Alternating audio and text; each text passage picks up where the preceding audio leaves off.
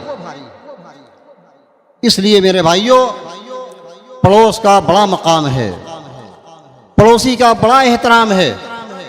ہمیں اس کا پاس و لحاظ کرنا چاہیے تاکہ معاشرہ اور سماج کے اندر امن کی فضا برقرار رہے. اللہ کے پیارے نبی جناب محمد الرسول اللہ صلی اللہ علیہ وسلم نے بار بار تاکیداً کہا من کان یؤمن باللہ والیوم الآخر فلیکرم ضیفہ فلیکرم جارہ. بعض جگہ کہا کہ من کان یؤمن باللہ والیوم الآخر فلا یؤذی جارہ. جو شخص اللہ پر اور قیامت کے حساب اور کتاب پر ایمان رکھتا ہے کہ کل اس کو اپنے عمل کا حساب اور کتاب دینا ہے، تو اس کو چاہیے کہ اپنے پڑوسی کی عزت کرے. دوسری حدیث سے فرمایا کہ اپنے پڑوسی کو تکلیف نہ دے. ایک حدیث میں آپ نے فرمایا کہ وہ شخص جنت میں جا ہی نہیں سکتا جس کا پڑوسی اس کے شر اور فساد سے محفوظ نہ رہے. وہ شخص جنت میں جا ہی نہیں سکتا. میرے بھائیوں، آپ لوگ جنت اور جہنم پر ایمان رکھتے ہیں، اپنے عمل کے حساب اور کتاب پر ایمان رکھتے ہیں.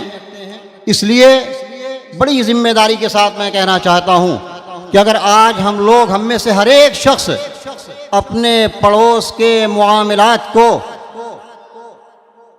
سنبھال لے تو معاشرہ اور سماج اور سوسائٹی کے اندر ایک انقلاب پیدا ہو جائے. آپ یہ مت دیکھیے کہ آپ کا پڑوسی کون ہے، کیسا ہے، آپ اس کے ساتھ اچھا برتاؤ کیجیے. اگر ایک حدیث میں بیان کیا گیا کہ وہ شخص جنت میں نہیں جا سکتا جو شخص رات میں دن میں اپنا پیٹ بھر لے لیکن اس کا پڑوسی بھوکا سو جائے، اس کا پڑوسی بھوکا رہے. آپ غور کیجئے، سوچئے کہ لیکن جب آپ کے پاس ہدیہ کچھ آتا تھا تو آپ اس ہدیہ کو خود بھی استعمال کرتے تھے اور ان میں سے کچھ حصہ اصحاب صفہ کے لیے بھی لگا دیا کرتے تھے. تو جب آپ نے دیکھا کہ یہ دودھ ہدیہ آیا ہوا ہے، تحفہ آیا ہوا ہے، ابو ہریرہ کہتے ہیں کہ مجھ سے اللہ کے نبی جناب محمد الرسول اللہ صلی اللہ علیہ وسلم کہتے ہیں کہ یا ابا ہر، پیار سے ابو ہریرہ کہنے کے بجائے آپ نے ابو ہر کہا. ہوتا نہیں ہے، شارٹ طور پر بچوں کو بلایا جاتا ہے، عبداللہ کو عبدل ہی کہہ دیا جاتا ہے. تو آپ نے کہا کہ ابو ہر ذرا چلے جاؤ، اصحاب صفہ کو بلا لاؤ، ان تمام طلبہ کو بلا لاؤ جو اس مسجد کے گوشے میں بیٹھ کر تعلیم حاصل کرتے ہیں، انہیں بلا لاؤ۔ تو حضرت ابو ہریرہ کہتے ہیں کہ مجھے یہ بات اچھی نہیں لگی، میں بھوک سے نڈھال ہوں، دودھ کا ایک پیالہ یہاں رکھا ہوا ہے، اور اللہ کے نبی علیہ الصلوۃ والسلام کہتے ہیں کہ جاؤ تمام اصحاب صفہ کو بلا لاؤ۔ فأسأنی، مجھے یہ بات اچھی نہیں لگی کہ اگر یہ دودھ مجھے دے دیتے کہ ابو ہریرہ نوش کر لو، پی لو، تو ہو سکتا ہے میں اس کے ذریعے ذرا سا پی کر کے ٹائٹ ہو جاتا، میں کھڑا ہو جاتا قاعدے سے، میں کھڑا نہیں ہو پا رہا ہوں، اب مجھے آپ کہنے جا کے بلا لاؤ ان لوگوں کو۔ لیکن چونکہ آپ کا حکم تھا، اللہ کے پیارے نبی جناب محمد رسول اللہ صلی اللہ علیہ وسلم کا حکم ہے، اس کو بجانا بہت ضروری ہمارے لیے ہے، میں گیا چاروں ناچار بلا لایا اصحاب صفہ کو، چلو چلو سب، اللہ کے نبی تمہیں بلا رہے ہیں۔ آئے، سب بیٹھ گئے، اور میں سوچ رہا تھا کہ جب ان کو بلایا جائے گا، حدیث کے الفاظ بیان کیا ہے انہوں نے، کہ میں سمجھ رہا تھا کہ جب بلایا جائے گا تو مجھے سے کہیں گے جاؤ ان کی خاطرداری کرو، ان کو دودھ پلاؤ، اور میرا نمبر سب سے بعد میں آئے گا، اس کے بعد بچے گا ہی کیا؟ یہ دودھ، ایک پیالہ دودھ، اور یہ اصحاب صفہ، ان کی تعداد 10-20 ہو سکتی ہے۔ بہرحال بلایا گیا، اللہ کے نبی علیہ الصلوۃ والسلام کہتے ہیں ابو ہریرہ ان لوگوں کو دودھ پلاؤ۔ اب وہ پیالہ ایک صحابی کے پاس، ایک طالب علم کے پاس جاتا ہے، اس سے کہا جاتا ہے کہ پیو اس کو، وہ پیتا ہے، اللہ کے نبی کہتے ہیں اور پیو، اور پیتا ہے، جب وہ سیراب ہو جاتا ہے تو پھر دوسرے کو دیا جاتا ہے، پھر تیسرے کو دیا جاتا ہے۔ یہ پڑوسی، یہ طلبہ جو ہیں یہ آپ کے پڑوسی تھے، میں یہ ذکر کر رہا تھا کہ اللہ کے نبی علیہ الصلوۃ والسلام اپنے پڑوسیوں کا کتنا خیال کرتے تھے۔ وہ رشتہ دار نہیں تھے آپ کے سب، پتہ نہیں کوئی جو ہے روم سے آیا ہوا ہے، کوئی فارس سے آیا ہوا ہے، کوئی کہیں سے آیا ہوا ہے، آ کر کے آپ کے ہاں تعلیم حاصل کر رہے ہیں۔ اس کے بعد ابو ہریرہ کہتے ہیں جب سب پی چکے، سیراب ہو چکے، تو مجھ سے کہا کہ ابو ہریرہ اب تم بھی پی لو۔ تو میں نے پیا اور خوب پیا، اور وہ دودھ ماشاءاللہ اس میں برکت ہوئی۔ آپ اللہ کے نبی صلی اللہ علیہ وسلم کی ایک کرامت تھی، اللہ رب العالمین کی جانب سے یہ کرامت تھی کہ اس ایک پیالے دودھ کو سب نوش کر رہے ہیں، یہ آپ کے اخلاص کی برکت تھی۔ میں خوب پیا اور خوب پیا، اور اس کے بعد آپ کہتے ہیں کہ اور پیو، تو میں نے کہا والذی نفسی بیدی واللہ لم اجد لہ مسلکا، اللہ کی قسم اب میرے پیٹ میں بالکل گنجائش نہیں ہے کہ میں ایک گھونٹ بھی دودھ اور پی سکوں۔ اور اس کے بعد پیارے نبی جناب محمد الرسول اللہ صلی اللہ علیہ وسلم اٹھاتے ہیں اور سب کے جھوٹے بچے ہوئے دودھ کو آپ نوش کر لیتے ہیں۔ میرے بھائیوں، میرے بزرگوں، یہ ہے پڑوسیوں کا مقام، پڑوسیوں کا احترام۔ ایک واقعہ میں اور بتاؤں اور بات ختم کروں گا۔ امام ابو حنیفہ رحمۃ اللہ علیہ کا نام آپ نے سنا، سب جانتے ہیں، ہم ان کی جانب نسبت بھی رکھتے ہیں، لیکن ان لوگوں نے اپنے پڑوسیوں کے ساتھ کس طریقے سے برتاؤ کیا، خطیب بغدادی نے اپنی تاریخ بغداد میں لکھا ہے، اور دوسرے سیرت نگاروں نے لکھا ہے کہ امام ابو حنیفہ رحمۃ اللہ علیہ بغداد میں رہا کرتے تھے، ان کے پڑوس میں ایک موچی رہتا تھا، ایک موچی جو دن میں جوتا اور چپل کی سلائی وغیرہ کرتا تھا، محنت کرتا تھا، اور جب رات میں کما کر کے آتا تھا تو وہ شراب کی بوتل ہے اور گوشت ہے اور مچھلی ہے یہ سب لے کر کے آتا تھا، اور کھا پی کر کے جب شراب سے بدمست ہو جاتا تھا تو وہ رات میں اپنا خوب گنگناتا تھا، اشعار پڑھتا تھا زور زور سے۔ امام ابو حنیفہ رحمۃ اللہ علیہ رات میں تہجد گزاری کرتے تھے، قرآن پڑھتے تھے، اس شخص کی وجہ سے بڑا آپ کے اندر اس کا اثر ہوتا تھا، یعنی ڈسٹرب ہوتے تھے آپ، لیکن وہ خوب گنگناتا تھا، اور یہ شعر بھی پڑھتا تھا، عربی کا یہ شعر، اذاعونی وای فتن اذاعوا، لوگوں نے مجھ کو برباد کر دیا ہے، اور کس شخص کو برباد کیا نہیں جانتے، میں تو وہ شخص ہوں جو حملہ کے وقت کام آتا ہوں، اور جہاں جہاں سے دشمن حملہ کرتا ہے اس کی نگہبانی بھی کرتا ہوں۔ اس طرح کے اشعار خوب پڑھتا تھا۔ ایک دن ایسا ہوا کہ امام ابو حنیفہ رحمۃ اللہ علیہ کو یہ آواز نہیں ملی، شور ہنگامہ نہیں ملا، آپ پریشان ہو گئے کہ یہ ہمارا پڑوسی جو ہے یہ روزانہ یہ موچی اس طرح سے کہتا ہے، آج کیا بات ہے؟ ایک دو دن گزرا، لوگوں سے پوچھا کہ بھائی وہ پڑوسی جو رات میں شعر گنگنایا کرتا تھا، یعنی اس سے آپ کو تکلیف پہنچتی تھی، اس سے پریشانی لاحق ہوتی تھی، لیکن پھر بھی اس کی خبر گیری، کیا معاملہ ہے؟ تو لوگوں نے بتایا کہ وہ ایسا ہوا نا کہ وہ رات میں ہنگامہ مچا رہا تھا، بکواس کر رہا تھا، ادھر سے حکومت کے کارندے، آپ جیسے ہمارے یہاں بیٹھے ہوئے ہیں ذمہ دار قسم کے، پولیس کے ذمہ دار، چوکی کے انچارج، اس طریقے کے لوگ اس راستے سے جب گزرے اور دیکھا کہ یہ شخص اس طریقے سے ہنگامہ مچا رہا ہے، اس کو پکڑ کر کے لے کر چلے گئے، اس کو جا کر جیل میں بند کر دیا۔ ارے ہمارا پڑوسی ہے اور جیل میں رہے۔ امام ابو حنیفہ رحمۃ اللہ علیہ صبح ہوتی ہے، فجر کی نماز پڑھتے ہیں اور نماز پڑھ کے گھر سے اپنے گدھے کو اور خچر کو لیا، اس پر بیٹھے اور نکل گئے۔ کہاں گئے؟ ڈی ایم صاحب کے پاس۔ اس زمانے میں جو شہر کے گورنر ہوا کرتے تھے وہاں پہنچے، اجازت طلب کی دروازے پر۔ چوکیداروں سے کہا، پہرے داروں سے کہا کہ بتا دو کہ ابو حنیفہ آئے ہوئے ہیں، ملنا چاہتے ہیں شہر کے گورنر سے۔ اچھا، گئے، بتایا، گورنر ابو امام حنیفہ آ گئے۔ امام حنیفہ رحمۃ اللہ علیہ وقت کے بہت بڑے امام تھے، بہت بڑے مفتی تھے۔ جب گورنر نے سنا، غالباً ان کا نام عیسیٰ ابن موسیٰ تھا، انہوں نے سنا کہ امام حنیفہ رحمۃ اللہ علیہ امام حنیفہ آ گئے ہیں ہمارے دروازے پر، کہا دیکھو یہ وقت کا بہت بڑا امام ہے، بہت بڑا عالم ہے۔ میرے بھائیو، میرے بزرگوں، میں آپ سے گزارش کرنا چاہوں گا کہ آپ اس واقعے سے علماء کرام کی قدر کرنا سیکھیے کہ علماء کی کیسے قدر ہونی چاہیے، ان کا کتنا احترام ہونا چاہیے۔ آج تو لوگ چند پیسے کما لیتے ہیں تو سمجھتے ہیں کہ علماء کو اپنے من سے، اپنے حساب سے فتویٰ مانگ لیں ان سے، ہمارے حساب سے عالم صاحب فیصلہ نہیں کرتے۔ ارے ہمارے فیصلے کو لٹکائے ہوئے ہیں، فیصلہ نہیں کرتے، وہ اپنے پیسے کے اوپر علماء کو خریدنا چاہتے ہیں۔ وقت کا گورنر کہا دیکھو امام حنیفہ رحمۃ اللہ، امام حنیفہ حافظہ اللہ آئے ہوئے ہیں، ان کا بڑا احترام کرنا۔ وہ جب داخل ہوں تو ان کو اپنی سواری سے اترنے مت دینا، وہ پیدل نہ چلیں، وہ اپنی سواری سے بیٹھ کر کے ہمارے پاس آئیں گے۔ راستے میں جو قالینیں بچھی ہوئی ہیں، یہ سب بچھے ہوئے ہیں، اس کا لحاظ مت کرنا کہ اس پر سواری جائے گی، گدھا جائے گا، نہیں، ان کو لے کر کے آؤ۔ امام صاحب کو لایا گیا بڑے احترام کے ساتھ۔ گورنر پوچھتا ہے امام صاحب صبح صبح آپ آ گئے، خیریت تو ہے؟ کہا کیا خیریت ہے؟ مجھے پتا چلا ہے کہ ہمارا پڑوسی جس کا نام غالباً ابو حماد تھا، وہ موچی، سنا ہے کہ ہمارے پڑوسی کو آپ کے کارندے اٹھا لائے ہیں، جیل میں بند کر دیا ہے، بتائیے ہمارا پڑوسی جیل میں بند رہے اور ہماری خیریت رہے۔ بھائیو میرے بزرگوں، کون سا پڑوسی تھا وہ؟ وہی پڑوسی جو رات میں شراب پیتا تھا، رات میں انہیں پریشان کیا کرتا تھا، اس کی آواز سے آپ ڈسٹرب ہوا کرتے تھے، آپ کی نیند میں اور آپ کی عبادت میں خلل پڑا کرتا تھا، لیکن تھا وہ پڑوسی، آپ کا پڑوسی تھا، اس کے ساتھ احسان، اس کے ساتھ اچھا سلوک کرنے کا حکم دیا گیا ہے ہماری حدیث کے اندر، ہماری شریعت کے اندر، اسلام کے اندر۔ کہا ہمارے پڑوسی کو آپ لے آئے؟ کہا اسی بات ہے۔ تو اس کے بعد گورنر نے اتنا لحاظ کیا، کہا ان کے پڑوسی کو بھی چھوڑو، اور آج کی رات میں، اس رات میں جتنے لوگوں کو گرفتار کیا گیا ہے سب کو چھوڑ دیا جائے امام صاحب کی برکت کی وجہ سے، کہ امام چل کر کے ہمارے دروازے پر آیا ہوا ہے، اس کی سفارش کے لیے آیا ہوا ہے، سب کو چھوڑ دیا گیا۔ امام صاحب نکلے، ان کا پڑوسی ساتھ ساتھ چلا۔ راستے میں امام صاحب نے کہا کہ تم یہ شعر رات میں پڑھا کرتے ہو، اذاعونی وای فتن اذاعوا، لوگوں نے اس جوان کو جو ہے ضائع کر دیا ہے، برباد کر دیا ہے، اس کی خبر گیری نہیں کرتے ہیں لوگ۔ اور کون سا جوان وہ ہے؟